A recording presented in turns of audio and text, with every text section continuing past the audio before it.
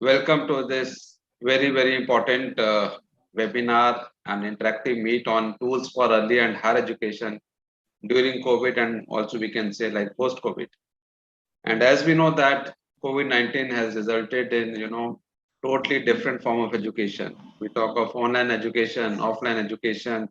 There are different dimensions of education that has opened a plethora of opportunities for edtech companies as well as for both private and public sector to actually explore so that we're actually able to give all the intended learning outcomes to these students, be it in their preschool education, school education, or higher education.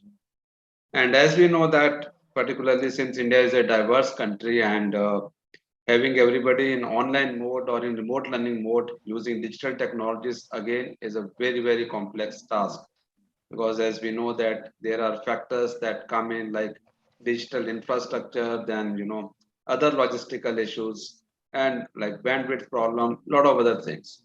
But at the same times, there are some companies who have come out with very novel, in fact, very affordable solution for children, especially the younger ones, particularly in a very structured environment in which some of the students are actually doing much better than what they were doing in the school. But at the same time, it goes without saying that offline mode of education is the best mode of education, but the type of ecosystem we are in, there has to be hybrid mode. So in order to understand the nuances of can be the tools for early as well as higher education, PhD Chamber of Commerce Industry has curated this very important webinar. And also, as we know that day before yesterday, government has launched New India Literacy Program, which is in sync with the National Education Policy 2020. So this is again a very progressive step for adult education and also lifelong learning.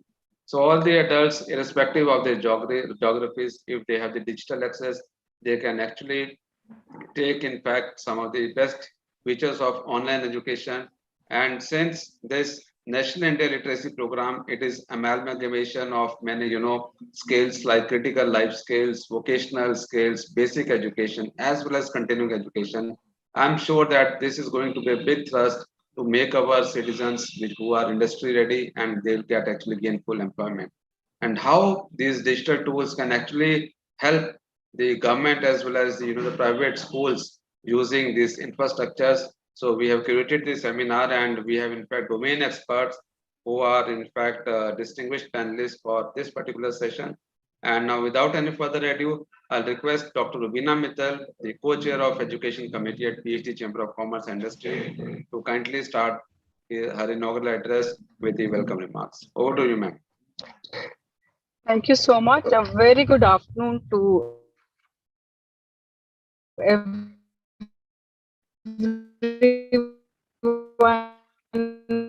present here today with us.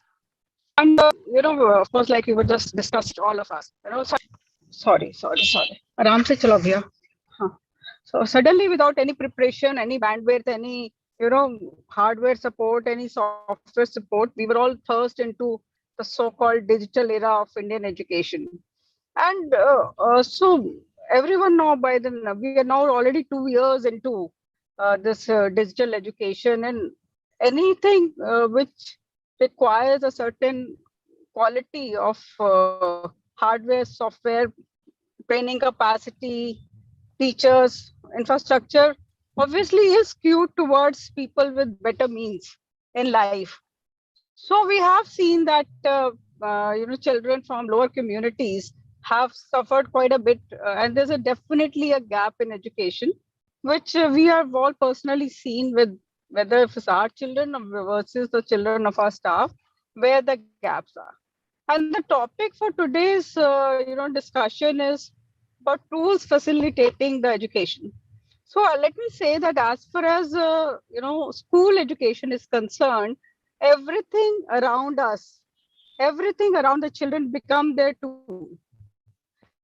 Okay, so childhood, the tools are their parental support, guidance, that becomes their tools. When students become older or reach higher education, then relationships, self-discipline, self-motivation become their tool. And there are all kinds of I would say intelligence around. Let's say there is so students have more than one intelligence. It can be linguistic, it can be interpersonal, it can be intrapersonal, spatial, logical, mathematical, and so on. And students identify their intelligence levels and then work on it. So similarly, new initiative or the digital initiative of the government of India is definitely very, very welcome. And we look forward from PhD Chamber to collaborate in every possible way to enhance the whole effort of the government of India. And we are going to do whatever we can from our end to make it better. Thank you so much. Thank you, ma'am. Thank you for your opening remarks. In fact, you have laid the foundation of this webinar. And in fact, we had Ms. Sonali Jain also, I think. Right now, she is not there in the platform. No issues. We'll have her in the panel discussion. So now the session is on the panel discussion, wherein the topic is tools facilitating learning from early childhood to higher education. And we have the domain experts. We have the Professor Namita Rajput, who is the session moderator. Dr. Rajput is professor in Department of Commerce, Shri Aurobindo College, University of Delhi. I'll just read her brief profile. Dr. Rajput has served as the principal OST at Shri Aurobindo College Evening, University of Delhi for a term of 3 years and has an enriching experience as associate professor, Department of Commerce since December 1995. Before 1995, she was teaching in other premium colleges of University of Delhi like Kamala Nehru College, Venkateshwar College, Shivaji College since August 1991. She completed her master's in commerce, securing first division from Hindu College, University of Delhi, followed by MPhil and PhD in international business from Delhi School of Economics, and a postdoctoral research fellowship program in finance from the Department of Financial Studies, South Campus, University of Delhi. She is also a certified lead auditor for quality standards ISO 9000 2015 and ISO 45000 2018. And also, she is a national trainer for accreditation of higher education institution for NAC as well as NIRF, and is also associated with IQAC Cluster India as a national resource person. And she has been awarded by Ministry of Culture and facilitated by Education Minister for her contribution in higher education. And she is also the president of Unhath Foundation, an NGO catering to the need of the underprivileged children of the society. So welcome, Dr. Namita Rajput, to this platform. Indeed, it's always a pleasure having you and listening to your domain, expertise in all our webinars. Thank you very much. We are also joined with Mr. Nishant Bhagel. Mr. Bhagel is the Director, Technology Innovation at Pratham Education Foundation. And Mr. Bhagel leads digital initiatives at Pratham as Director, Technology Innovations, leveraging advanced technologies for rural edtech and creating learning opportunities for all. He oversees programs that reach more than 5 lakh children and have been recognized by the World Economic Forum as the only school of future from India. Welcome, Mr. Bhagel, to this webinar. We are also joined by Professor Dr. Radha R. Sharma, who is the Dean Research and Industry Academia Linkages at NDIM New Delhi. Professor Sharma is an executive alumnus of Harvard Business School and an alumnus of Faculty of Banaras Hindu University. She is a recipient of 4 gold medals for academic excellence, and Dr. Sharma has been a visiting professor to HHL Graduate School of Management, European Business School, Greater Frankfurt, and Leipzig University, Germany, and also at ESCP Europe, Italy, among others. She is Dean, Research and Industry Academia Linkages at New Delhi Institute of Management. She has published around 17 books and is the editor and on the editorial board of several leading journals. She has certifications in corporate social responsibility from British Council and New Academy of Business UK and the World Bank Institute. Welcome, Dr. Radha Sharma. Welcome, ma'am. We are also joined by Dr. Ashok Sharma, Director, James Kalkaji, New Delhi.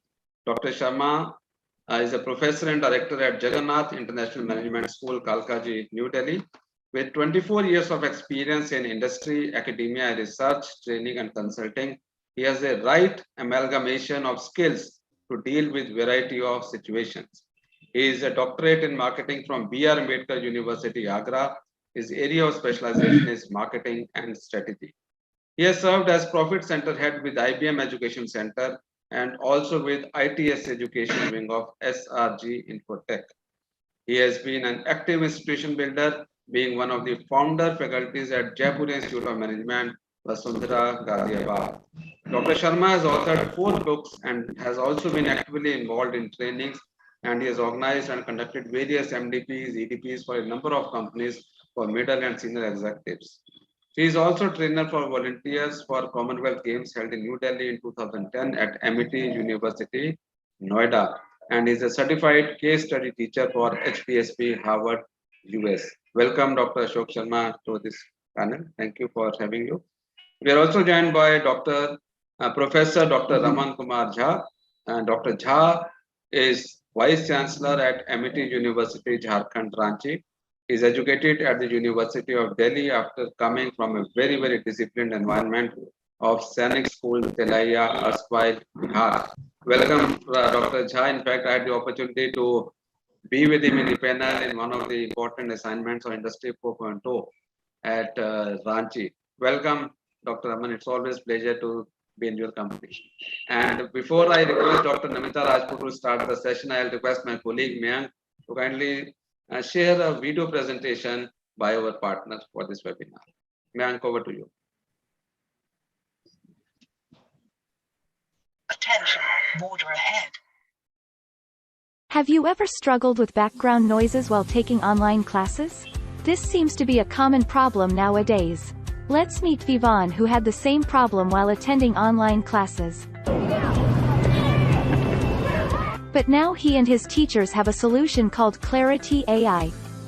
Remove unwanted background noises with just one click. Try for free at clarity.ai/download. Yes, you are audible with Clarity AI.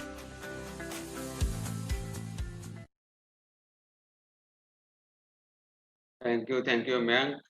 And with this, now I'll request the moderator of this session, Dr. Namita Rajput, to kindly take over the session forward. Over to you, ma'am. Yes, sir. So first of all, my greetings to all the panelists, to the organizers of this, pertinent topic. That is about the tools which are used today, a tool which facilitates the learning from early childhood to the higher education. So we have such good panelists, and it will be a real learning experience, and we will also learn what new tools are there which will facilitate this new mantra. So as we all know that, the new applications from early childhood learning, reading, the description of design and development and evaluation of experiments of an educational games, this gamification, the new ways of audio, video, this has actually transformed, and especially the COVID-19 has been a blessing in disguise. And, although there are a lot of challenges which are there, so slowly and steadily we are picking up, and, the digitalization has spread like anything. And because of the advent of the new education policy, as was addressed by Dr. Jatinder, the new opportunities are coming. So without wasting time, let us start with the panel discussion.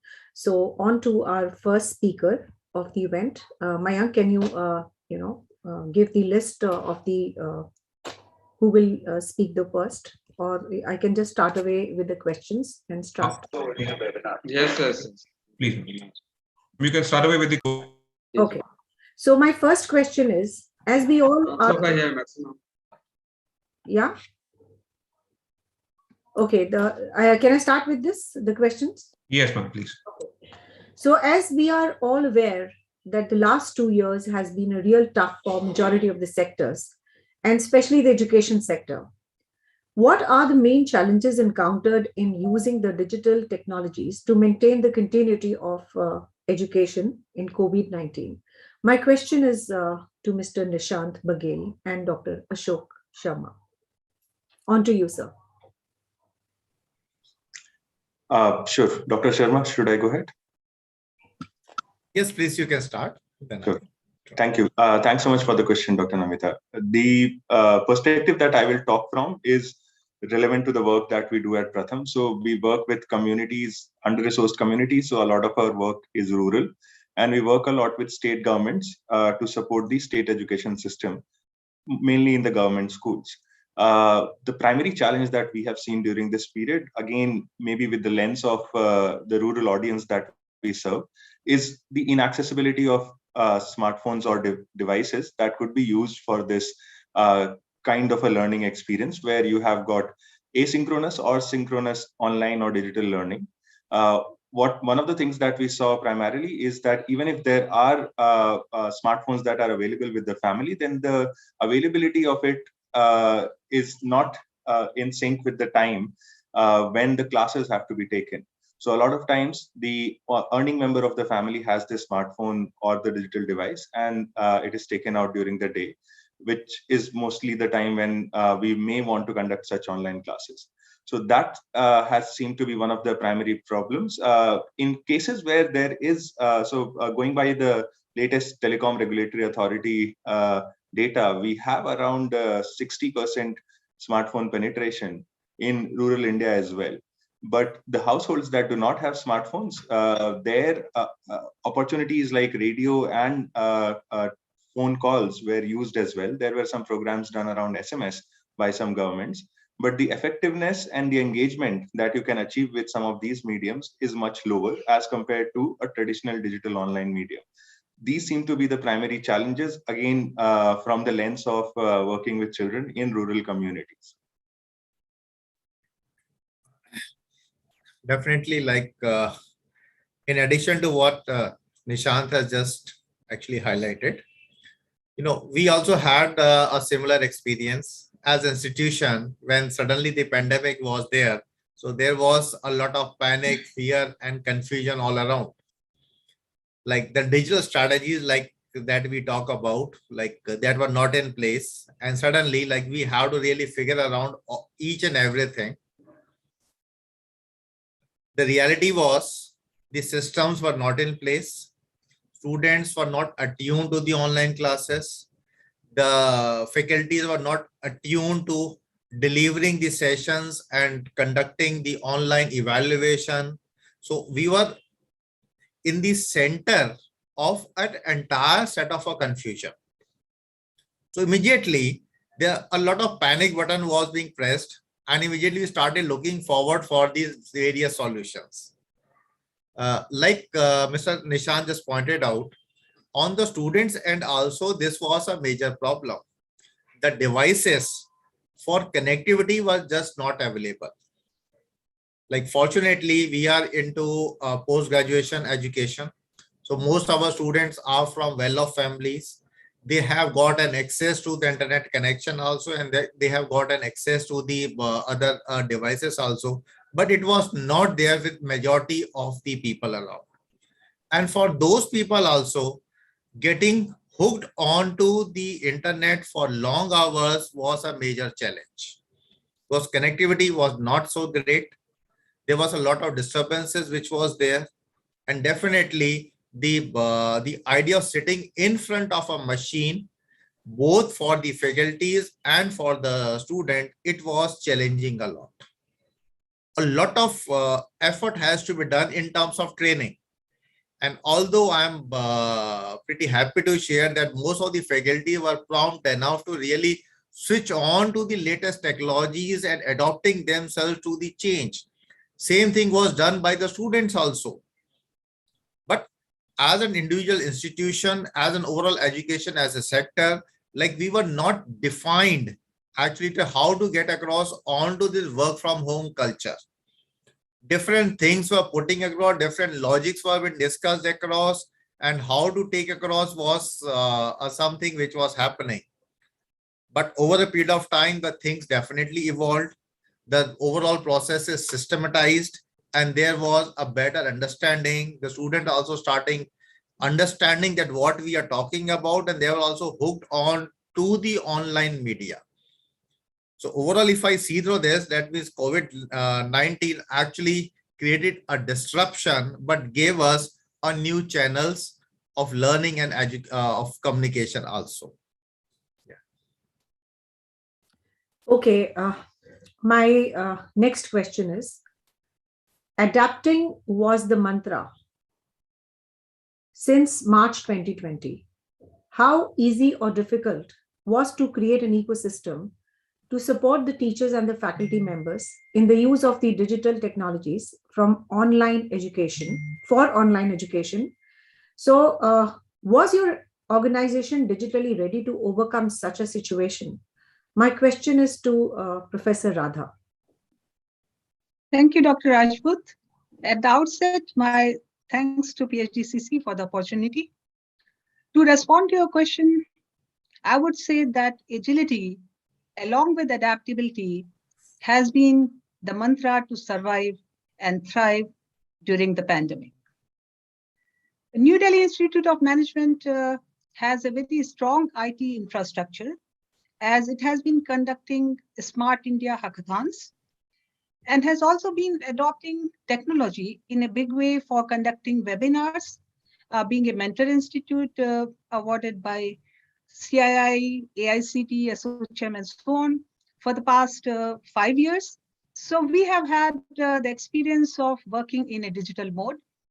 And therefore, we had completely, a different experience. We have had a smooth transition. The Institute has also been conducting MDPs in AI, digital marketing, and so on. And we used to conduct meetings because our faculty are dispersed all over and we have some international faculty. So for us, it was not that difficult. I would say it was quite smooth. Simultaneously, the management acquired the latest learning management systems and also arranged faculty training. So I remember, we used to have late evening training, by different people. And we also looked at the facilities, provided by universities abroad. And among those, whichever we felt were best for us, we adopted. And this was relating to the entire process of learning management system, starting from taking attendance to conducting classes to providing resources to managing evaluation to submissions and everything. So it was pretty organized. It may sound a bit incredible, but I'm happy to share that during the past 2 years, the Institute has organized 3 international conferences with participation from 10 to 13 countries. The participants were in the form of delegates or as a faculty. I myself conducted one international conference last year, 2021, in March. And recently we have had one. So exams were held on time. Students not only did their summer internship digitally, but they also got placed 100% with leading companies, with the multinational companies. The Institute publishes a journal, and I'm editor of that, Review of Professional Management. This also was published on time. So it was pretty challenging, I agree. But then we stretched ourselves. And as I said, that agility along with adaptability has been our mantra to survive and thrive. And I think we have got quite used to it. In fact, our students also, some people mentioned what the students experience. So our students were also across the country. So what we had done was that apart from the connectivity, sometimes it used to be difficult. So we used to provide them recorded, lectures. So we attended to, and we have had our IT team in place all the time to find alternative means to connect the students, whether it was through mobile or through everybody was provided with the recorded lectures. So I think this should suffice as my answer to this question. But if you want me to share more, I would be happy. So Dr. Radha's institution experience in relation to dissemination of the information, knowledge, adaptability, agility has been beautiful experience, and they have been actually excellent in this particular transition from offline to online. So my heartiest congratulations to the Institute for such good mantra to adopt the online technology. So I would like to have a similar take from Dr. Raman Jha. What has been your experience?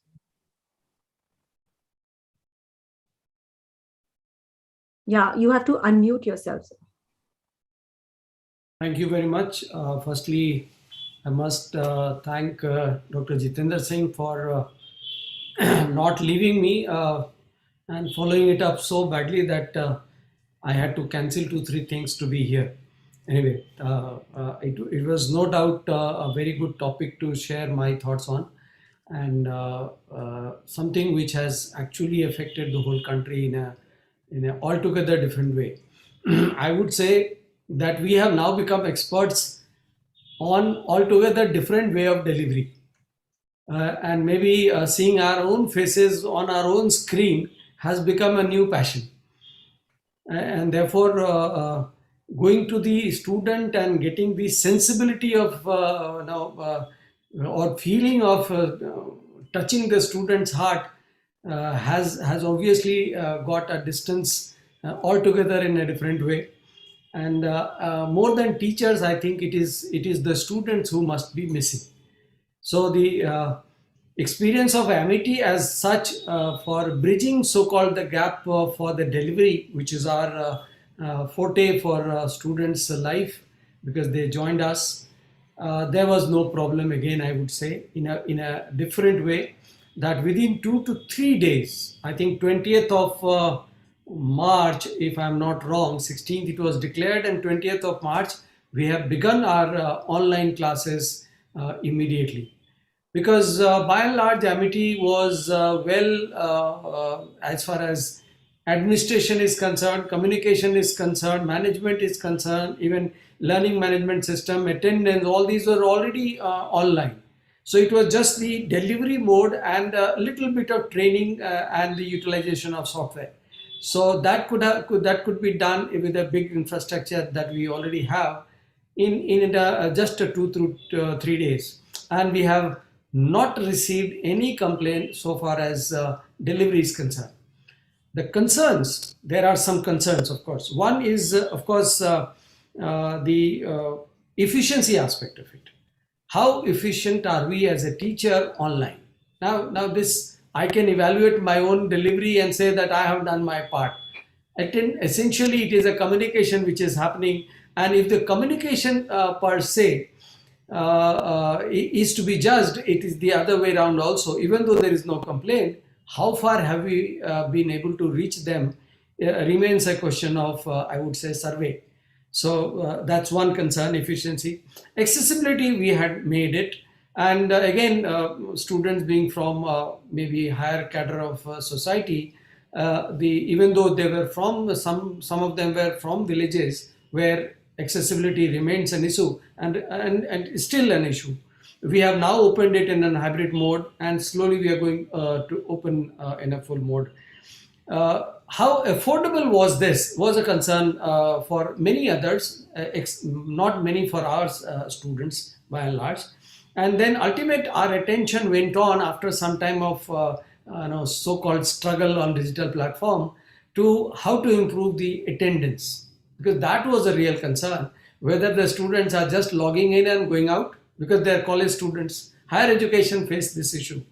But then we made it more, I would say, interactive. We were asking questions and quizzes, and then making them even compulsorily attended by ensuring that there is an assignment given at the end, which is based on the teaching done on that day. So one had to innovate ways of making the attendance better. So that was I think, bigger challenge. Then the style of teaching was taught to some of the students to be on the screen, how your postures, your gestures, your way of looking at the screen, your all this matters, because especially in the, I think, school education, this would have affected badly, because students look at the teachers as gods, as the representative of gods, and their words are so important. And if they have the opportunity to go away from the screen by locking their screen and then that was a new opportunity to the children, and of course more so in the college and higher education also. So those were the things. Again, another concern was the focus of the student, how deep they were able to focus. We innovated certain aspects. Technological issues were always there, it would remain there, even though we have seen almost like 30 to 40 new softwares have been built. Those are available on the net and people can adopt those, and those are on quiz taking, those are also on attendance, those are also on making interactive sessions. They are also on making a team view of the whole team doing a discussion. All that is available now as a software. So that way it was a boon. The third concern, or maybe the last concern that I could see, was the teachers' training itself, especially in school education across the country, especially again in rural areas. Training the teachers who had not even used the laptop or the mobiles in a big way should have been an issue. So those are areas. With the 2 years of time going by, with our experience now in this line, we are trying to excel in this particular platform only. And even though this is not wanted for long, this should go now with the right time coming in. We hope that these types of deliberations would only expose the students as well as those listening that these were challenging times of new type, and this has given us lot of edge over even developed countries. With the new education policy, as mentioned by Dr. Jitendra Singh ji, the emphasis now is on internationalization. Now this is the platform where internationalization can become easy and better, and that's what I would give it as a point. I would sum up by saying we can have a model called A2C2. So there are 2 A's and 2 C's. One is the autonomy and the administration part. How autonomous we are as far as teachers are concerned, how autonomous the students are as far as students are concerned. So if these 2 concerns are met, and then administrative angle, again, all that I have just discussed. And then 2 other things which are important as far as online education is concerned is the communication two-way and the collaboration possibilities. If you are able to reach out to and solve these 2 A2 and C2 issues, I think Corona, I don't say that it was welcome, but we have utilized the time. Thank you very much. Thank you, Dr. Raman, for sharing your experiences as far as the Amity is concerned, about what experiential experiments you've done, the training of the teachers, and then about the alternatives use of the new softwares has actually given a good mileage in accepting the new technologies, and as far as the new education system is concerned. So I would like to have now a take from Ms. Sonali Jain. Can you please address your concerns in this regard? Ms. Sonali Jain, you there? She seems to be present. Yeah, Ms. Sonali, are you there? Maybe some bandwidth issue. I think we can go to my next speaker. Okay. So, as far as the the education around the world is actually experiences a major paradigm shifts in the educational practices of teaching and learning under the umbrella of ICT-enabled learning and environment. So whereas the learning through facts, drill and practices, rules and procedures was more adaptive in the earlier days, now if you talk about the adaptability, agility, and the learning through projects, problems, inquiry, design, it has actually transformed into the more of the digitization, as was addressed by Dr. Raman also, that we have now a few softwares wherein the students can interact a lot, and there are a lot of quiz which are automatically made. The attendance issues are also solved. So, keeping these in the backdrop, let me have another question. Too much to say, digital has been the only hope of keeping the business on going during the COVID-19 era, and the education sector was no less. The excessive use of digital mediums has its own merits and demerits. What could be the possible measures to protect your children against the risk of digital technologies. So I would like to have a take of Dr. Ashok Sharma, followed by Professor Radha. So on to Dr. Ashok Sharma, please. Thank you, ma'am. Definitely with every technology, there are going to be the merits and demerits which are going to be there. And when we talk about the advantages, we were actually able to have the continuity in education. That was the first and foremost thing that was there. And we all geared up, all institutions geared up, and we all stood up to the challenge of that time. So that was something that was much more positive that is going to be there. But overall, if you see through, if I see through it, if I say, especially with the perspective of the younger students, the younger children, from the school perspectives also, and from the other perspectives also, we didn't wanted our children to be hooked on to the screen so much. We all understand there are so many demerits of that, whether it is in terms of the attention deficiency which actually gets in, or in terms of your entire physical movement which gets hampered, in terms of eyes, and then mental, and there's all those things that we see across. There are going to be these all challenges which are definitely are going to be there, and which the students are facing. Now, as an education institution, we have to actually find out some ways out of it, that how can actually we reduce the screen fatigue. Because during the COVID, what happens, the timelines actually, it just went away.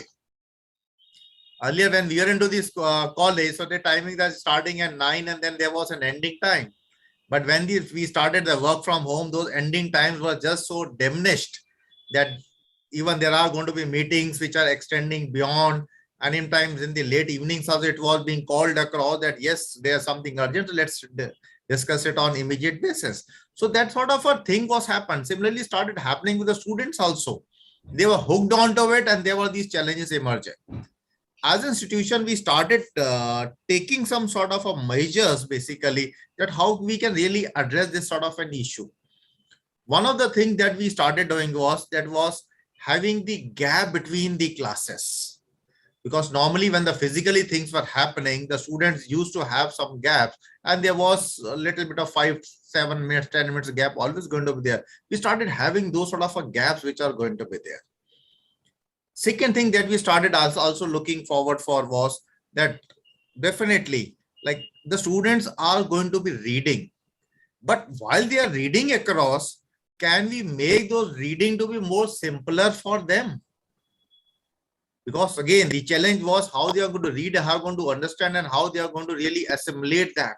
So can we convert them, make it into more simpler one? Can we make the assignments to be more simpler one, so that it gets into themselves into a more appropriate way? We understand the attention span of a kid is very, very less. And in this duration of time, it reduced further. In a class physical, I see that around 20-25 minutes, he gets distracted. But in the online, this attention span is of 10 minutes and 12 minutes itself. After 10 to 12 minutes, there is going to be distraction. So I need to strategize that how I'm going to get that attention back into the class, and then so that there has to be more engagement. So that effort also has to be increased. So for the students' perspective, the distraction needs to be strategized. They need to identify that what all thing needs to be done. So training of the students, telling them switch off the notifications, those are distracting to you, telling them that these are the precautions they need to be taking while identifying and putting across their identity into the digital and the social media, and ensuring that they are really very, very careful while interacting with the overall environment. So those sort of a training, those sort of a sensitivity was being incorporated into them, so that they become more conscious, their parents become more conscious, and definitely we try to put across these things as some sort of a guidelines also, which was shared with them and with their parents also. So we did the parent workshop also, just to help them in understanding that how we would be going ahead with this, and how we are ensuring that our concern towards their hooking on to all the screen fatigue is being addressed. Yeah. So thank you so much, Dr. Ashok, for sharing your views on the children who are exposed to the internet and the online technologies. So children are spending actually more time online than ever before. And they are getting there sooner around the world. A child goes online for first time every half second. So these are the statistics which are given by the United Nations, that after every second a child goes online. So growing up online offers the limitless opportunities, but nonetheless they are actually exposed to some serious risk, what we are discussing here, like cyberbullying, other forms of peer-to-peer violence. So these type of incidences and online speeches and violent speeches and bad things, they can affect the young people each time they log in into a social media and the instant messaging platform. So when browsing the internet, the children may be exposed to some hate speech, violent content, including the messages that incite the self-harm and even a suicide. So, these are the serious things what we talk about, when the children are exposed to such. So I would like to have a take from Dr. Radha Sharma on this. Yeah, thank you, Dr. Rajput. In fact, I would like to continue with what Dr. Baghel mentioned. There are pros and cons of technology. So while technology has, created a lot of problems, with regard to screen time and, stress and, fatigue and things of this kind. But at the same time, I would say that, it has provided a lot of opportunity, which was otherwise very difficult to have. Access to information from across the globe, networking with experts from any part of the world, people were available.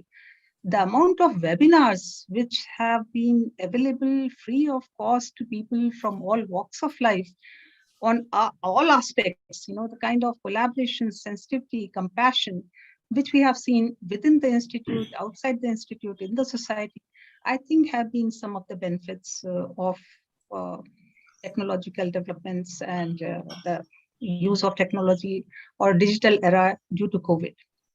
So some of the cons I would like to highlight here, which have been mentioned, and just to elaborate a bit more.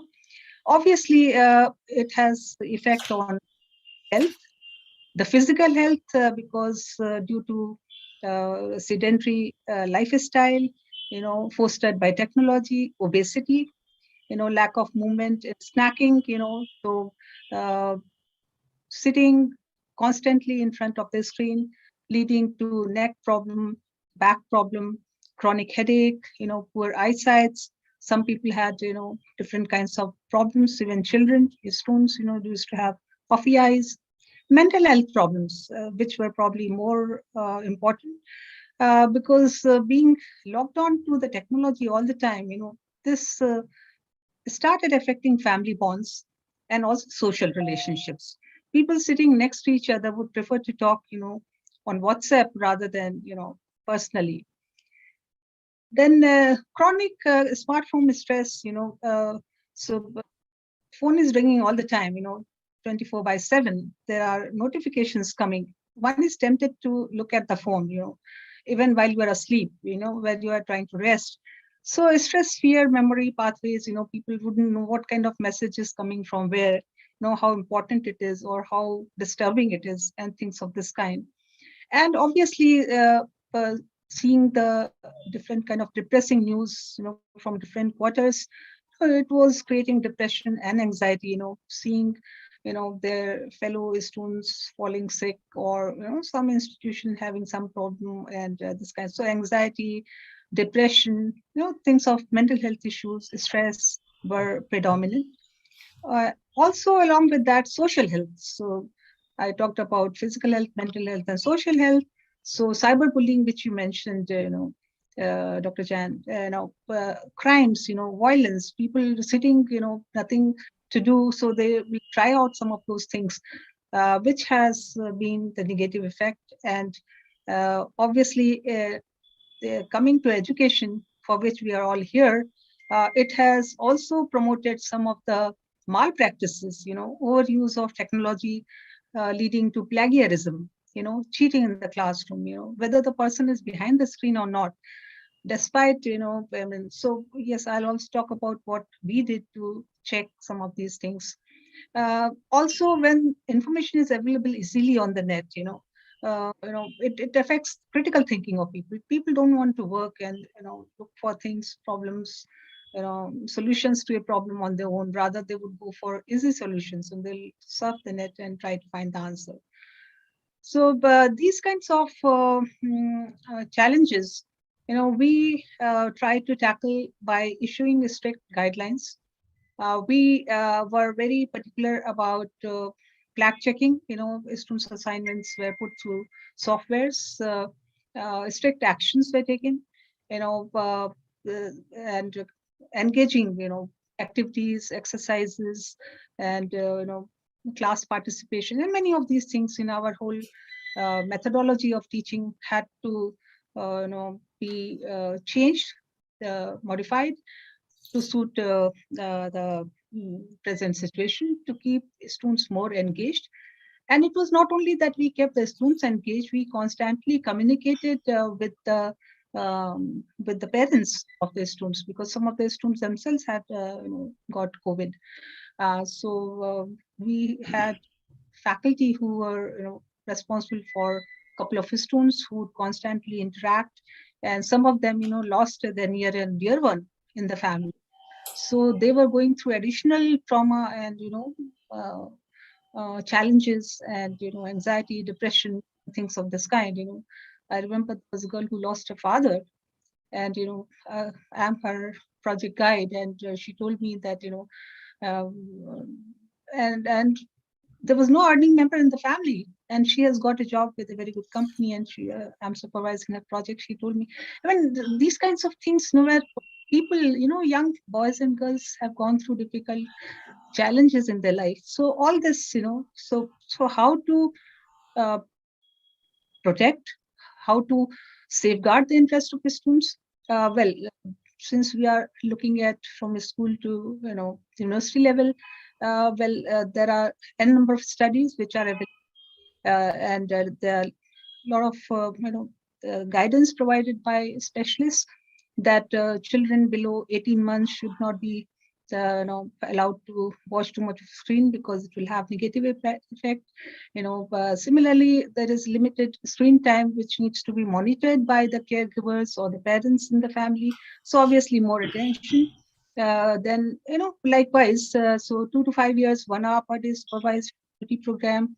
6 years and above, again the parents have to be watchful that what social media or what channels they should be allowed to watch. So which channels they subscribe to is very important, because some of these teenagers, because of the age, they get into some of the the wrong channels and pick up wrong things, so which is a challenge. So now how to manage?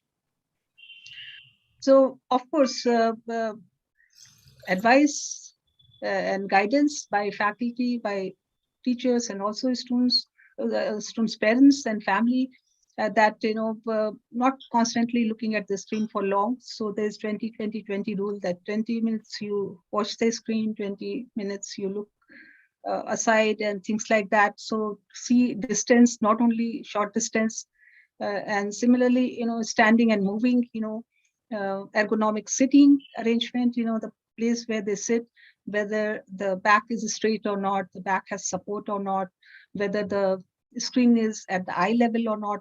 These are the things which some elders in the family have to, and in fact we also tell the students to take care of that. Similarly, holding the phone at the eye level, not looking down all the time, and things of this kind. And there are a lot of work being done in other parts of the world. What I shared with you, 20-20-20 rule, has been suggested by American Optometric Association, that 20, so have 20-second break, then 20 minutes on the screen, and then off the screen, like this kind of a thing. And another thing which is very important, which has been brought out and promoted in Singapore, is that before going to bed, for 1 hour, they should be off screen. So they should allow their brain to shut off, before they go to sleep. So I would like to stop here and yeah, thank you. Yeah, thank you, Dr. Radha, for giving such a broad spectrum of the issues relating to children, as far as the screen monitoring, parental guidance, their ill effects, and how to strategize and make this better in terms of the effects on their health is concerned. So now we are into a very different type of a question. This is open to the complete panel. Like, it is very interesting to understand that our education system always had an alternative by the name of distance education. And now this has been even more relevant than before. So now the question is, how can we solve the confusion in such a pandemic where a regular student is forced to study from home but is presented a regular degree or a diploma? So before the panel answers this question, I just want to share today's experience. So I was taking a class, and my few students, I just give last 10 minutes to counsel, relating to their future career and all that. So this is my habit for last 30 years. I've been doing it. Last 5-7 minutes, which is left. So after taking their attendance, I give a lot of insights about what they can do in the future. So I was really shocked to know that my students were applying for some internships and paid internships and for the jobs because they're in the third year. So they said that, ma'am, they are not accepting the COVID graduates. So they say that, they don't have a credibility. And as was addressed by Dr. Radha, that they are constantly into open book exam wherein they just cheat, copy, paste, and the issue of plagiarism is on the absurd. And they're not actually doing good job as far as their studies are concerned. But by the end of the day, they get a degree. So that's the basic system is all about. And we are prevalent with a lot of MOOCs courses, and it has been even accepted by our university also. That is the MOOCs, massive open online courses, wherein the students will be given the credits if they are registered online with SWAYAM. So that higher education institute will have a agreement with that particular higher education institute, and the students will get due credits for an online course, which is called as a MOOCs. So I would like to have the take from all the panelists. So I open this for the entire panel, this question about the MOOCs, massive open online courses, and the distance education, and your take on this. So I would like to have it from Mr. Nishant. Sure, Dr. Rajput, thanks. I'll again try and be very clear that I've worked primarily on school education. So would not be able to relate to the problem of COVID graduates, but definitely there is this problem of missing number of years. And there is a learning gap that has come in. There are studies that are going in to figure out what is the extent of that learning gap and how long would it take to fill it up. We have had examples where school has not run for 2 years and children are now in grade 3. And there are all these assessments being conducted by the state governments or otherwise, like National Achievement Survey, whereas the student has not had a single day of class, but has had different online courses. So definitely a challenging time, and would actually request the other experts to probably weigh in on that. Yes, Dr. So most of the discussion in today's, today afternoon has been on the pros and cons of the technology in education, and how we were able to deliver and not deliver and so on. But I felt that the topic of today's, discussion was on interactive tools facilitating the education, and especially of children education.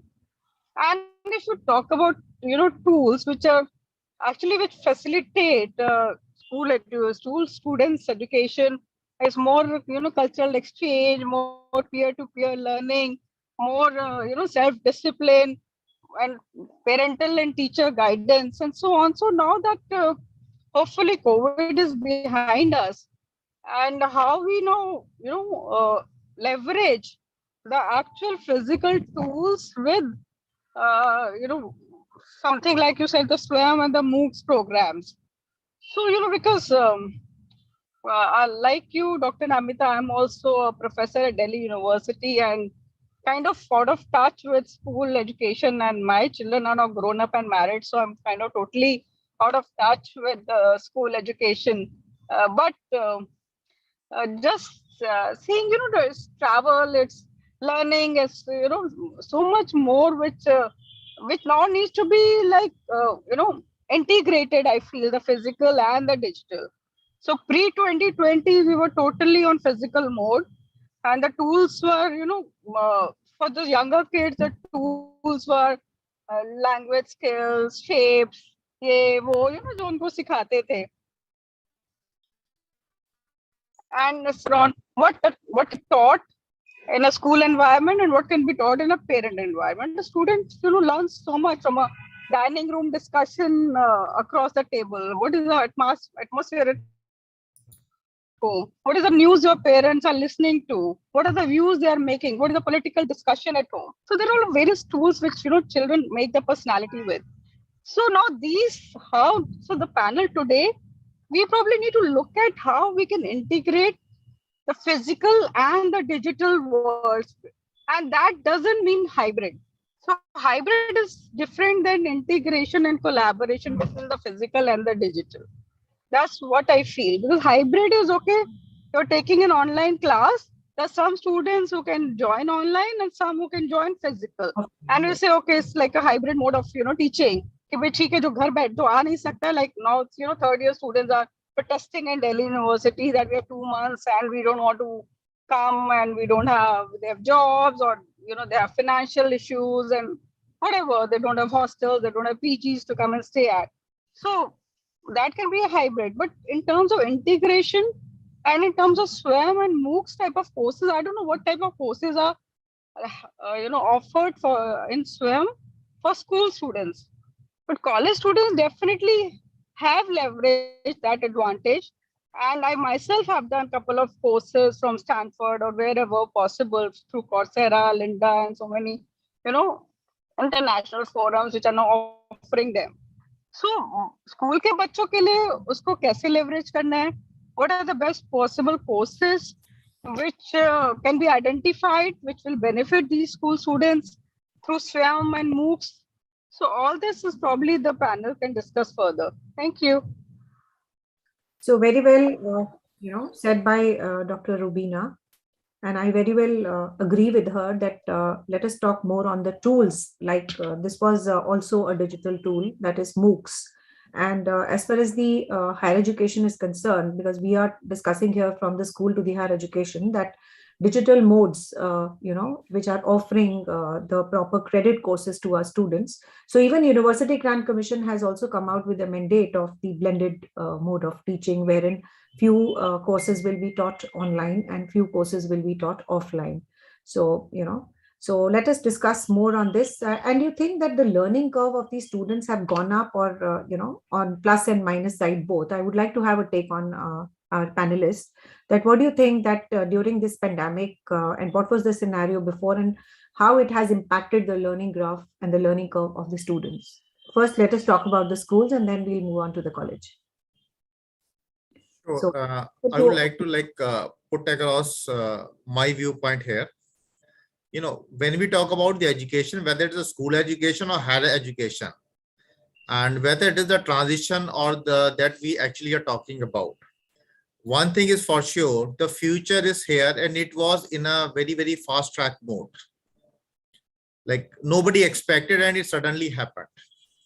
Now, when we talk about whether we are doing online, so we already have got a lot of mindset that we are here. We have got a pre-decided and preconceived notions that if I am going in for an online mode, so there are going to be more easier options which are available. And in offline, it's going to be a difficult one. So that is the first thing that is there. So very first thing is that mindset actually has to be changed and addressed at different level, at school level also and at the higher education level also. at different levels, we all as institution have been doing this, and we have been working on to this. Definitely in higher education, it was an easier one because we already have got an experience of the blended learning in one way or another. We used to have flipped classes, so already it was there in some day. But for the school education, it wasn't to that extent. In school education, prominently, when we talked about that there has to be a class, so it has to be a physical class, the students are going to be there and teachers is delivering and giving them homework and classwork, and then they're working on to it. But definitely there have been the technological support from the various quarters which is going to be there.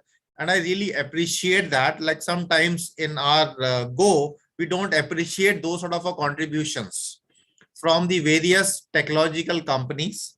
I say, whether it was the Byju's, whether it is Vedantu, whether it's anybody else, or whether it is the Khan Academy, like they actually came out with a lot of videos specific to the topic, making it easier for students to understand and incorporate. But somehow our school system is not aligned to that sort of a pattern. So once we have got a mindset, so that means what we have been doing in the higher education, the similar thing can be incorporated there also. If I'm teaching a concept, I take a video and then I showcase it to them. On a similar lines, it can be done at that lower level itself, at the school education itself. That means the curriculum needs to be modified. The teaching pedagogy needs to be aligned in such a way that with every class, there can be a small sort of a video, or there can be a small sort of a quiz which can be associated with it. Although before this, we haven't thought of like that because we haven't been into that situation. We are more comfortable going into the school and having interaction, and then we would be going in for it. So now when the question is coming in front of us, so definitely there are options which are going to be there. One of the option is the quizzing part. And second and very important concept nowadays that is catching up very fast is gamification. There are a lot of companies who are coming out with the interactive games for the kids. They are being made as a part of the learning tool, because overall nowadays we are looking for the outcome orientation. Our NEP 2020 is also talking about that. It's not that you would be getting the degree. It has to be what learning that has been at the end of the day. So there are going to be the tools which are available. Now, it is up to that school administration that how they are going to integrate this into the curriculum. All the various private players, they are coming out with lots and lots of content. Hundreds of people are doing it. It's a matter of the integration between those tools. And yeah. Thank you. So thank you, Dr. Ashok, for sharing your views on what can be the different pedagogies which can really help us in adopting the digitalization, like gamification, and we have Kahoot and augmented reality and stuff like this. So the matter is that how much school is ready to adopt that and integrate, like we have now online digital incubation platforms with integrated mentorship. So these are the new ways of adopting it. And as Dr. Ashok rightly said, that we can have a pre-recorded, lectures of the same teacher. The same teacher is teaching in the class and followed by a small video with the integrated quiz and some Q&A sessions on that. We're actually going to make them, well-versed with the blended mode of teaching. And probably they can very well relate with the MOOCs platform as well as the traditional platform. So, probably we can have a very good strategy in terms of this. So I really appreciate Dr. Ashok for sharing his views. So the next question would be, study or to teach from home on a virtual screen is a difficult task, as there could be a disturbance or a network receptivity, which may pause the flow. Do you feel the live sessions should be on the way forward, or professionally recorded sessions would be a way forward? So if yes, what could be the best way to monitor the students? So my take is from Professor Dr. Radha Sharma. So I would like to have a take from her. Okay. So in fact, I wanted to add to what you asked earlier. Yes, our school education system has been focusing more on memorizing rather than hands-on skills. And I'm saying this based on experience of my children who studied, in American schools or other schools. So there, the pedagogy has been more experience-based, field-based, perception-based, hands-on rather than in the classroom. So I think we need to probably reverse the proportion of classroom teaching. For example, if they're teaching about flowers or they're teaching about insects, they're teaching some science course, they will say, the teacher will say, go to the playground, go and see what kinds of insects you find, what kind of flowers you find, which category this flower belong to, what are the various parts of this flower, what is the stem, what is, so the child is understanding, not just reading or hearing from the teacher. So, that whatever they experience is much more. That's one. I would like to draw attention of this August body to the study which was conducted at the instance of by Stanford University for Government of India for Indian institutions. This study was conducted, they submitted their report last year, and this was also at a school level and at higher education level. So they compared students of India, and I'm sharing this data from an authentic source, which was shared by one of the administrators of AICT in a public meeting. So at the school level, they compared Indian students with Chinese and Russian students. And what they found was that memorization was high, academic skills were high among Indian students, whereas the other skills, problem-solving skills were higher in both these, students of other countries. But when it came to higher education, and this was done based on a study of number of institutions of higher education in India, and they found that the learning curve of Indian students was much higher than those of students of the other two countries. So the message and the purpose of this study was that, how to develop problem-solving skills, critical thinking skills, and decision-making skills. And the recommendation that seemed to flow from, I've not seen the report, but seemed to flow from that, is that, the pedagogy or the andragogy. Pedagogy is at the school level and the andragogy is at the college level. And pedagogy, yes, we have set patterns, one-way communication or maybe experiential learning, but at the higher education level, it has to be, looking for solutions which do not exist. For example, what was being shared was that students go and offer solutions which already exist, but they are not exposed to finding solutions to problems. Of course, exceptions are there. I'm not talking about all the institutions together, by and large. So, and this is also what the industry wants, because they took industry feedback as well, and they said there's a gap between what the industry wants and what the students come out, the skills they come out with from educational institutions, whether it's engineering or whether it's management. So bridging the gap, yes, one is curriculum, which needs to be developed in consultation with the industry or the stakeholder. Number two, the pedagogy or the andragogy, where in fact the AICT has already taken a decision in this regard that, they have to spend time in industry. After first year, they have to spend internship, in industry, and thereafter they have to create social impact. So they have to go around, and for engineering students I'm talking about, and I'm sure similar methodology can be adopted, where they have to learn the skills that how a mechanic or how a person is actually using these skills hands-on and is able to solve the problems rather than just knowing about it in the classroom. Yeah, Dr. Radha, my question was that are you in favor of the live sessions or the pre-recorded sessions? So basically, your take was like no one particular strategy is good. We can have experiential learning, and then we can have a blend of different ways wherein the students can learn a long way, right from rote learning, that is remembering, to understanding, to developing, applying the particular principle, analyzing. Then of course the final level of learning of the students is a creation level, that is a Bloom's taxonomy. So all these things will actually play a vital role in the teaching learning environment and give a lot of mileage to the students.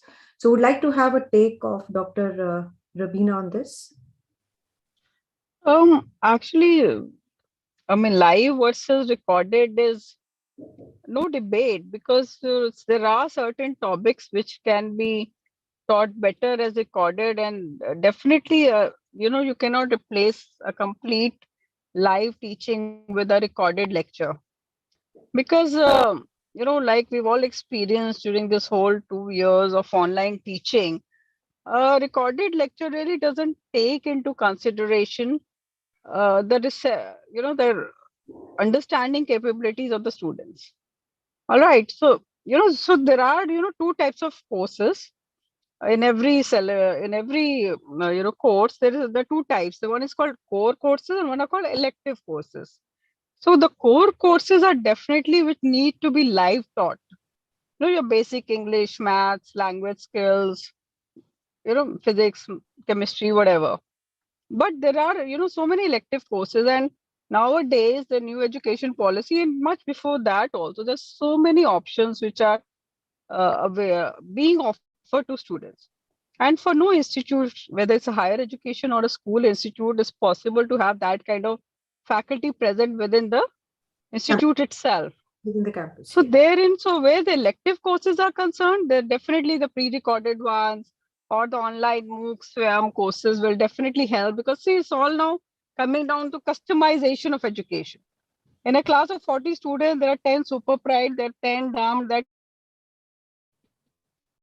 10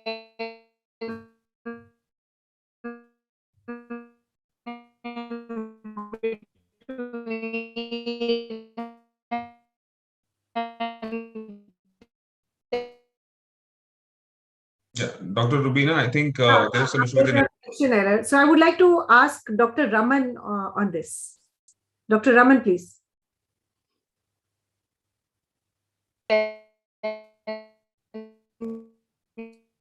She has a connection error. Dr. Raman, can you just give your views on this? Yeah. Taking the clue from some of the issues that was raised by Dr. Rubina, if I sum up, she was asking about our discussion on tools. Now, if I give you 20 tools now, it doesn't matter. If you want, I can speak out all the 20 names. Those are all available on the net. So discussion on a tool I would rather read out so that no one understands. If one has to really manage the online system. For the management, there are not less than 20 tools available now, and which are all recent ones. Say Uni Calculator, iStudies, Simple Mind, Self Control, Study Blue, Go Conquer, My Study Life, Timetable, Easy Babe, and so on. Google Drive and whatnot. Now for only recording sessions, because nowadays recording of the classes become more important for reference, for repetition, or maybe for asking relevant questions on what was taught. So one has to answer. So one can go back to the recording. So for the recording itself, there are tools available nowadays. Office Lens, you can have Notability, which records all your programs. Dragon Microphone. So there are a number of tools available nowadays. So for recording, I've quoted 3. For management, not less than 10, 12. Security. Now there's another aspect of security also while using online. There are softwares which take your data away, and all that is stored on your computer. So you have Be Safe, Circle of 6, and so on, which makes your system more or less secured as far as usage is concerned.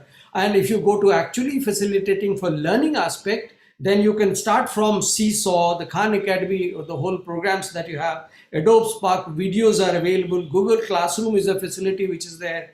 Quizlet and Quizlet Lives are available. SelfCAD, then Prezi, the Scratch, Kahoot, Animoto, Storybird, EduClipper, ClassDozo, CK12, TED-Ed, ThinkLink, Project, Socratine, Edmodo, number of them. So discussing a tool will be rather should be left to the principals of the school select these 10, implement these in the 10 classes. So tool can be easily understood, especially in this digital era, if these are available. So this is the first part. The second is, if you look at education as a whole, what are the tasks that we are supposed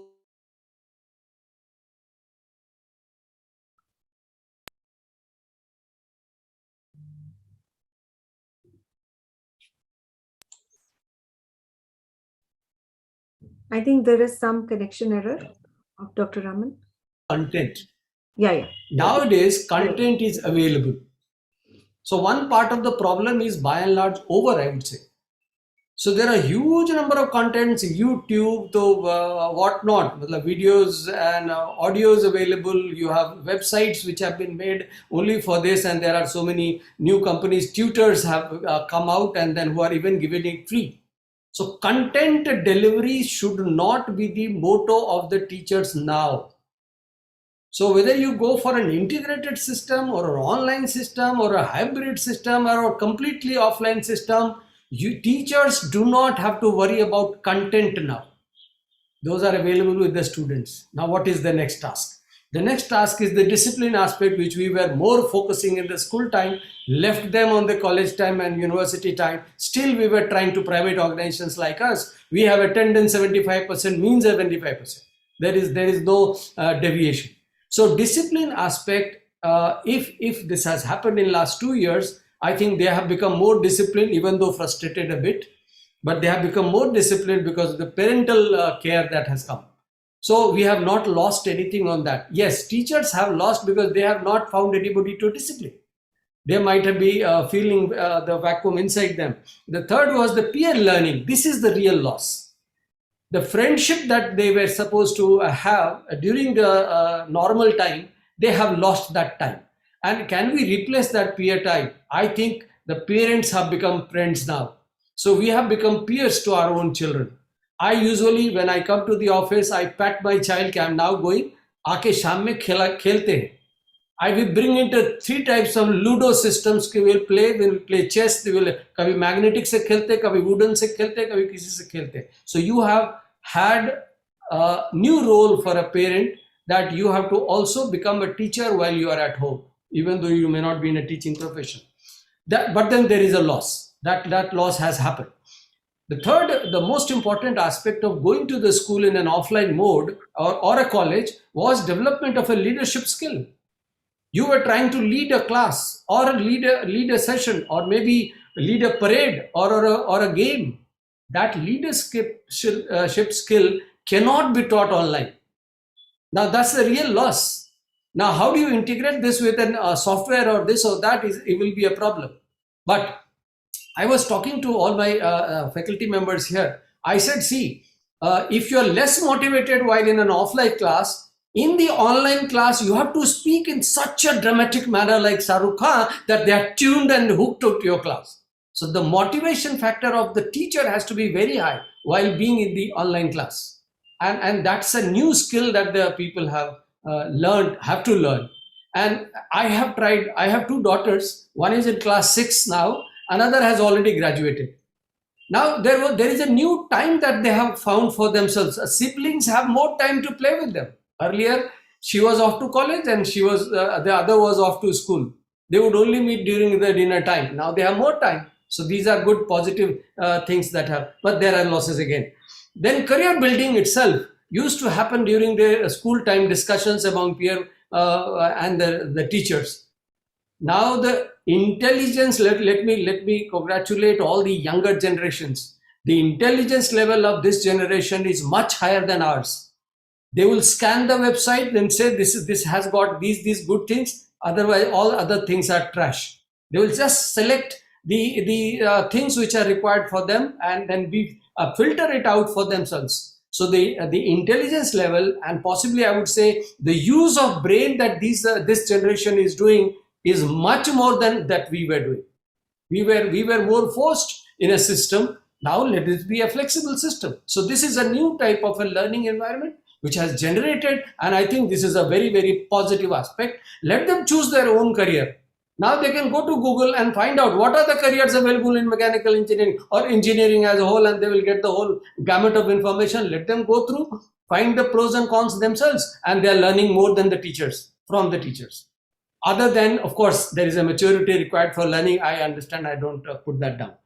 The last part was the relation between the teacher and taught.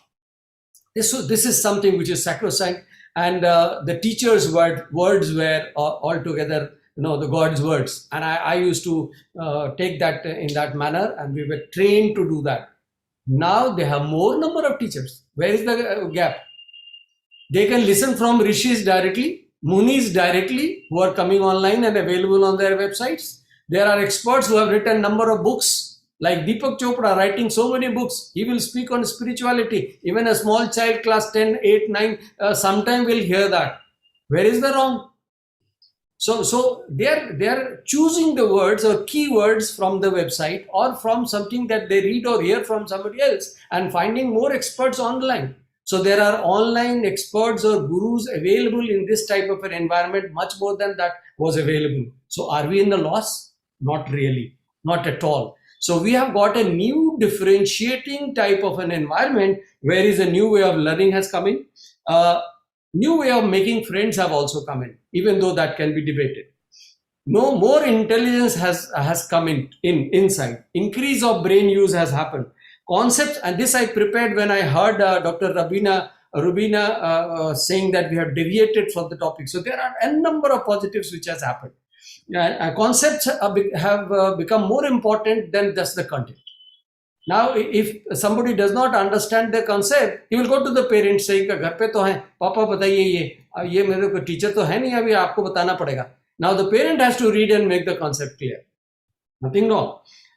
Then sibling relationship I talked about. The role of parents have increased. Yes, this is a possible burden for which we were paying the school. Now, one debate which I think I cannot answer properly, but Dr. Namita brought out with the distance education and this particular type of education, should they get a regular degree or no? See, students were going to distance education while they were doing some job. That was the way it was. They were not bothered about the quality of education. Naturally, the quality was an issue in distance education. That is why distance education students were possibly rated low in the society or in the market, and many times we did not employ them. But if you say Corona time students are equivalent to distance education, that will be wrong, because the teaching is quality has not been compromised by teachers. Hats off to all the teachers who adapted themselves. So the degree will remain different. The fee structure is also remaining different.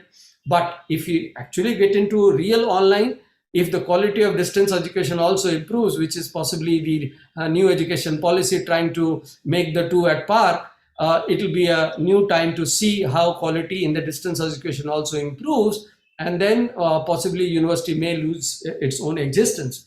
More of play time is available for children. Earlier it was more or less a fixed pattern, and the increase in the flexibility which has come in because of all this is great. Now something that is my take, just a minute, which I'll take.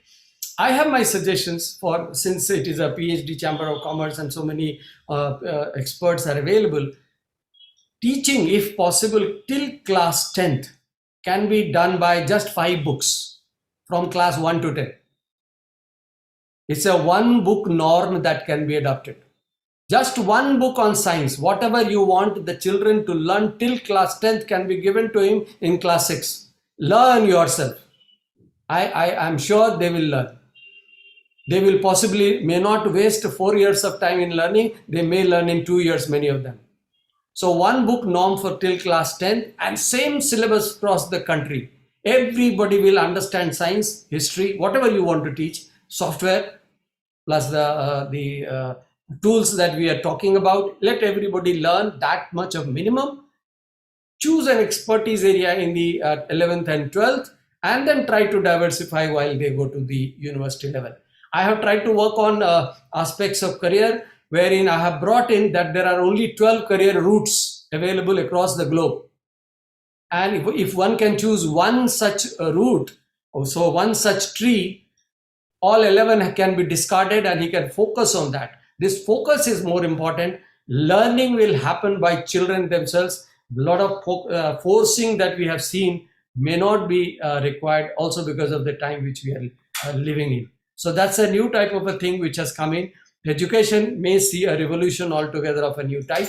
And we as teachers have to play different roles. As a parent, we have to play different roles. That's my take. Thank you. Thank you, Dr. Raman, for articulating such good strategies and possibly, the possible strategies for integrating the digital technology in education by 2025. So thank you so much for your insights. So the last question to the complete panel: what could be the possible strategies for integrating the digital technologies in education by 2025? And Dr. Raman has already highlighted the new ways and the new, methods incorporating and integrating the new technologies by 2025. So my question is on the rest of the panel. So Dr. Radha. Yeah. Yeah. So I think since technology is developing leaps and bounds, and more advanced technologies are available in other parts of the world, which is augmented reality, virtual reality, and this can very well be integrated with our higher education to overcome the challenges and the limitations of distance learning that was being highlighted by Dr. Rubina and some of the panelists here. And now there is metaverse they are working on, which will blur the difference between reality and virtual reality.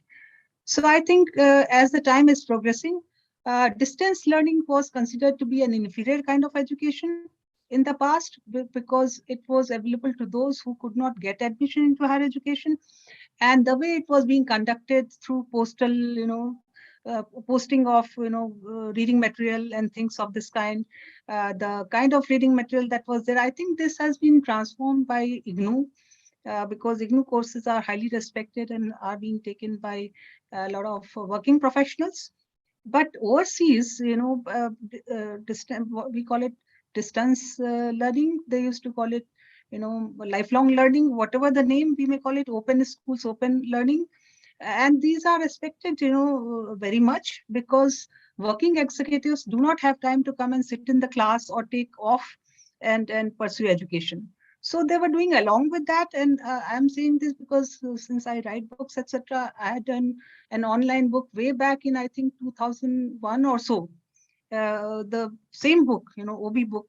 I'm professor of OB and HR, and I had done it long back. And this was being done for one IT firm executives who wanted customized online book available. That time there was no online book available at that time.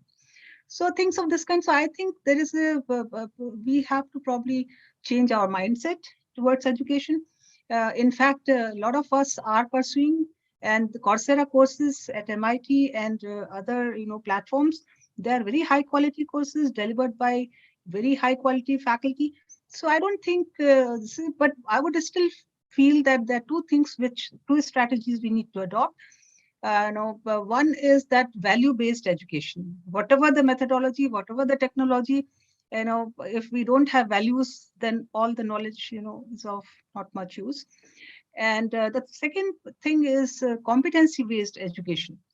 And this competency-based, in fact, for management education, I had developed a model which I had also shared on PhD platform, CMB model, which is based on sustainability for industry, sustainability for society, sustainability for education. So competency-based education, and students will choose. In other countries, you find that people can pass out an engineering degree with music. There's nothing wrong with that. So their core curriculum for maybe 2 years or 1 year, and I'm talking about Ivy League universities.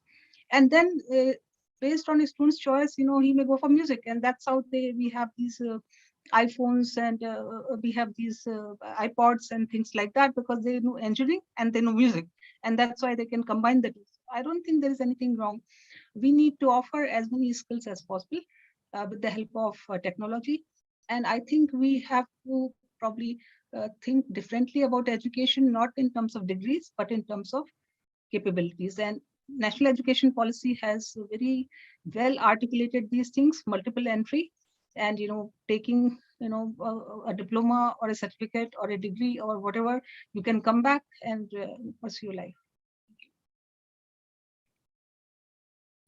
Yeah, thank you, Dr. Radha. So would like to take on Dr. Ashok Sharma on this. Sure, ma'am. I think Nishant ji has raised his hand. Like, Okay. Nishant ji, please would you like to give your viewpoint? Then we'll conclude. Sure. Thank you so much, sir. Thanks, ma'am. I would actually just like to continue what Dr. Jha has already said, A2C2, and I would just add an I to it, saying inclusion is important as well. So if we really want to think about having this available or ready by 2025, we should have inclusion as a very important concept. While we are designing systems, coming up with guidelines or others. The other aspect that is very important from the perspective of tools or from the perspective of a mindset is that the educators have to actually come out and dictate what are the tools that they want. One of the challenges that we have, and I come from an IT background myself, I'm a computer science engineer, we tend to take a solution that we have developed for our industry. So the way we digitized banks, that's the way we are thinking of digitizing education. And hence what we end up doing is digitizing processes rather than the actual learning experience. So the educators should be the one coming up and asking for tools that they want, whether it is on collaboration, whether it is on active participation, on support or otherwise. And then the industry should be stepping in to fulfill those needs. So the educators leading the way will probably help us get there by 2025. Thank you so much. Yes, the last. Yeah. Thank you, ma'am. Like I would just like to put across a few, 2 or 3 just quick points. Like, like whenever you're talking about integration of the offline and online and what is the way forward, the student has to be at the core. At the core, we need to ensure that what are the things that he need to be learning and how we are going to ensure that learning is actually going to be retained also through him. So that has to be our core of whatever that we are doing across. So few simple things is like there has to be a balancing act which needs to be done. So there has to be a rigor with compassion and empathy which needs to be created.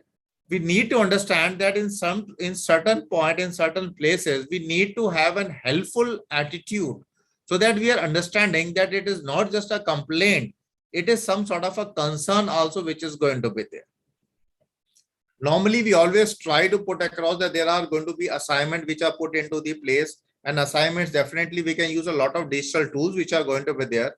But more importantly, are we as an institution, whether in the school or in a college, are we able to stagger those assignments in such a way so that there is going to be a gap which is coming in between? Normally, it has been observed that the end of the day, if there are 10 subject or 5 subject that the student is going on, suddenly the burden comes on him that he has to give the 5 assignments. If we can find out a mechanism in which there can be the staggering which can be done, this would be helpful in terms of his learning itself. We need to promote a good thinking onto them. That is again a key. We always talk about the positive attitude. Yes, that is important, but showcasing to him that how he is going to actually emphasize on this, having the factor of the trust and thinking in a positive way, and definitely taking his peer along with it. Overall, like the flexibility and focus is going to be the key, like for every institution also and for the student also. We need to really identify how we can really embark upon these things. Number of ways, number of activities can be defined, tools can be worked across onto it, but definitely these are few things that immediately came into my mind that I thought of like quickly sharing here with you. Thanks a lot. So thank you So so much.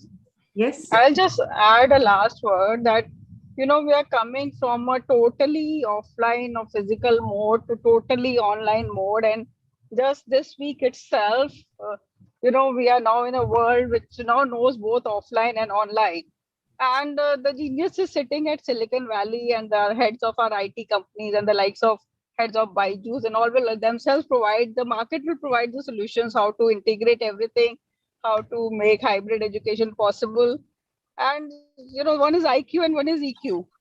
So in foreign universities, you have 3 professors teaching the same subject, and the students line up for the professors who are supposedly better than the other. Right? So now our world is a university. Our students have the availability of the best professor from Stanford teaching the same subject as what your teacher is teaching you here. So that's the IQ part of it. EQ part, of course, has to be done in a physical mode, more peer-to-peer learning, more family, more, everything. So the coming 6 months and 1 year will be very crucial to what comes ahead, is what I would like to say. Thank you. So thank you, everyone, for being a part of this, discussion that is on the tools facilitating learning from early childhood to higher education. So many good points have emerged, like Dr. Radha talked about moral education, virtues, and then competence-based learning, and the points added by Dr. Ashok, Dr. Nishant, and Rubina ji and Dr. Raman specifically talked about so many new things which are very important and pertinent in taking this digital model forward. So my heartfelt thanks to each one of you for sharing your valuable views. Thank you so much. So on to Mr. Mayank. Dr. Jitendra, we have permission. Can I take just 1 minute of the panelists? Yeah, sure. Please go ahead. Yeah, so to start with, first of all, thank you so much for being part of this panel discussion. I'm really, I got so much engrossed with the discussion, and I had made certain questions from my end too. But before that, I would like to say, Dr. Raman, your speech was absolutely fantastic. I think you have cleared most of the doubts of the students who are actually watching it right now. So as a doctoral student myself, and without any hesitation, I would like to tell you that I have 3 of my mentors in this panel discussion right now, starting with Dr. Namita Rajput. She is my co-guide, and then of course Dr. Jitendra and Dr. Ashok Sharma as well. So, and today I've added 2 more. One is Dr. Radha and Dr. Raman for sure. So moving on, I think we have touched on almost all the points, but I have one question for Nishant specifically because I have a son who's going to turn to on a very difficult date to discuss because he was born on the 1st of April. Now the problem is that a lot of primary schools have started saying that they are going for a pre-nursery kind of studies, which is starting from the age of 2. Sending a student to school still made a lot of sense that she's going to meet a lot of people, and of course the learning actually starts when you meet people around at that particular age, because that's just your starting of your career or maybe your student cycle as such. But now, since from the online perspective, I really doubt if that's something we can continue for a long time. So I would like to take your view on that first. Sure. I think when it comes to early childhood education and development, it is primarily limited to a set of skills that we want to build in the child. The experiences and the exposure that we give to the child to be able to build those can actually be reenacted by the parents. There is a lot that is coming onto the parents, I agree.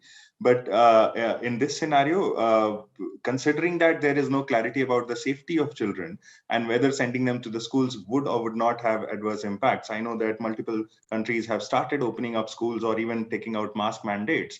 But what we want to build in the child can probably be built with a day of play with the parents as well. What the parents probably need support on is what are those skills that you want to build in your child? What are the triggers or incentives that you give so that the child can actually go on that journey? And some of that, getting it available through government sources or otherwise, or the schools stepping up and sharing that with parents in how they can be better educators would be very helpful. Great. And a quick question for specifically from the university perspective. I, being myself a student of a PhD as such, and I have normally faced difficulty that when I in fact joined the PhD curriculum, it was really nice to go to go back to the college scenario and basically experience the whole college affair once again. But suddenly post the 2020 COVID situation, everything went online. I really miss the whole idea of going to the college again and getting the hands-on learning from all the veterans from that particular segment. Now, from all perspective, I would like to hear from each one of you one benefits that it have actually solved the digital education or the online education, and one of the issues that it has raised over the years. So if you can just elaborate on that, that would be great. And I would definitely agree to Dr. Raman that courses needs to be more experiential when it comes to online. As he mentioned, and he gave the example of Shah Rukh Khan, I think that was the best things to do, because you have to make it more interactive, and people should get engrossed in the discussions. And this is the case for offline education too.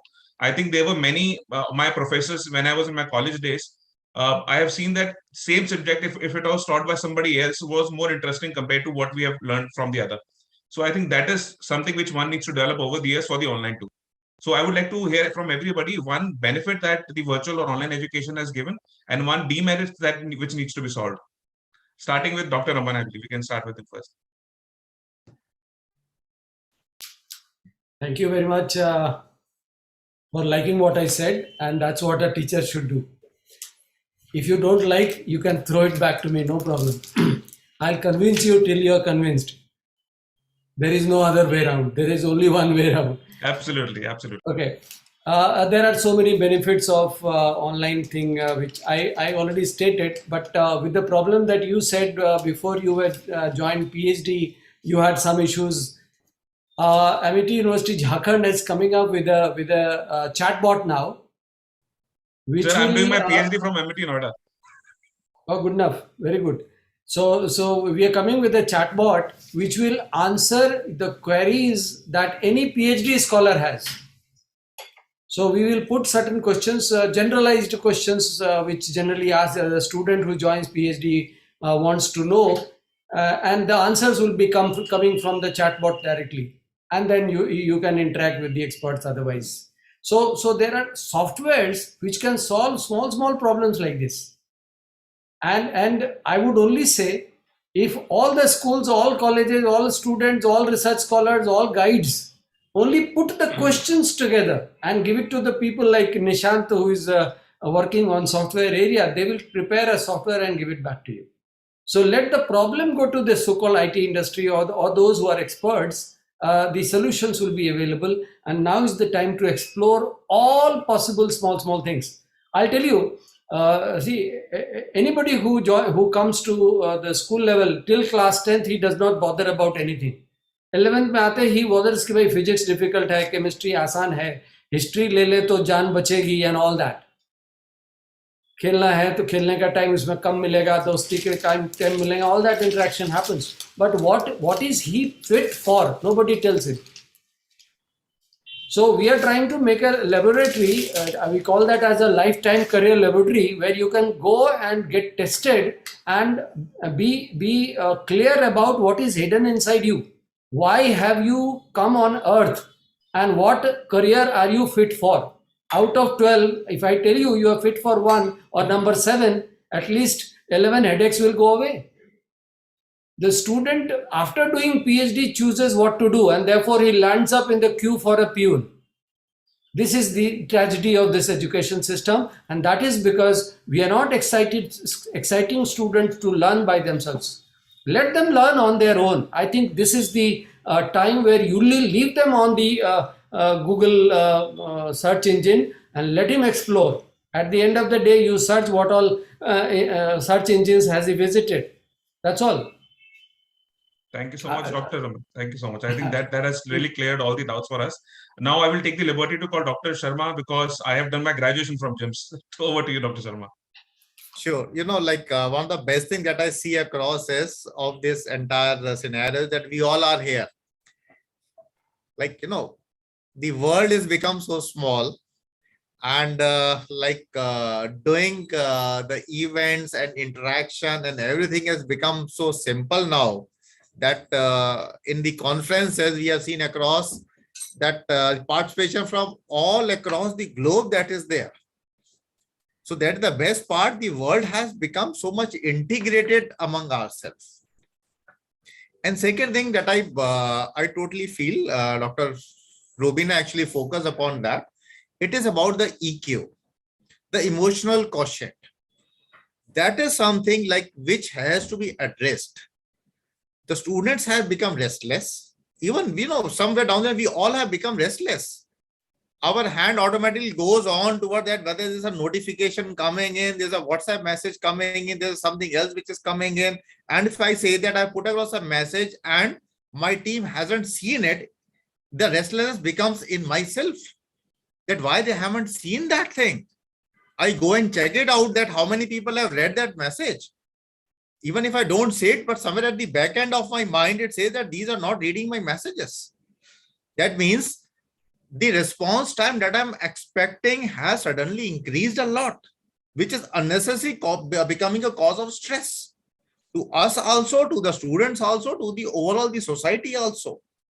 So that is one of the demerit that I'm seeing across in digital scenario. We are expecting the things to be done like this at a lightning speed. So that is again creating a problem among all in front of us. And definitely we need to be becoming more emotionally matured. And definitely we have been doing workshops on this. So I'm pretty sure that definitely we are going to learn gradually, becoming more emotionally mature and handle these situations.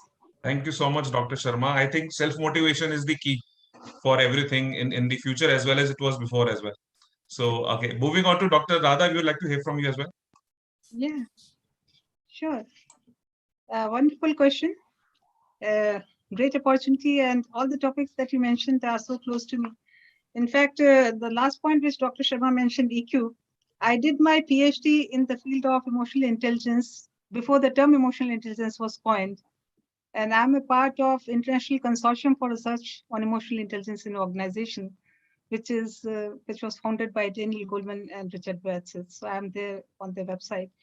And so I continue to work in this field and conduct workshops. So my request would be if IT could provide support to develop it digitally, that would be my interest. Now, regarding the benefits of technology, yes, the world has become borderless. The whole world is in a palm.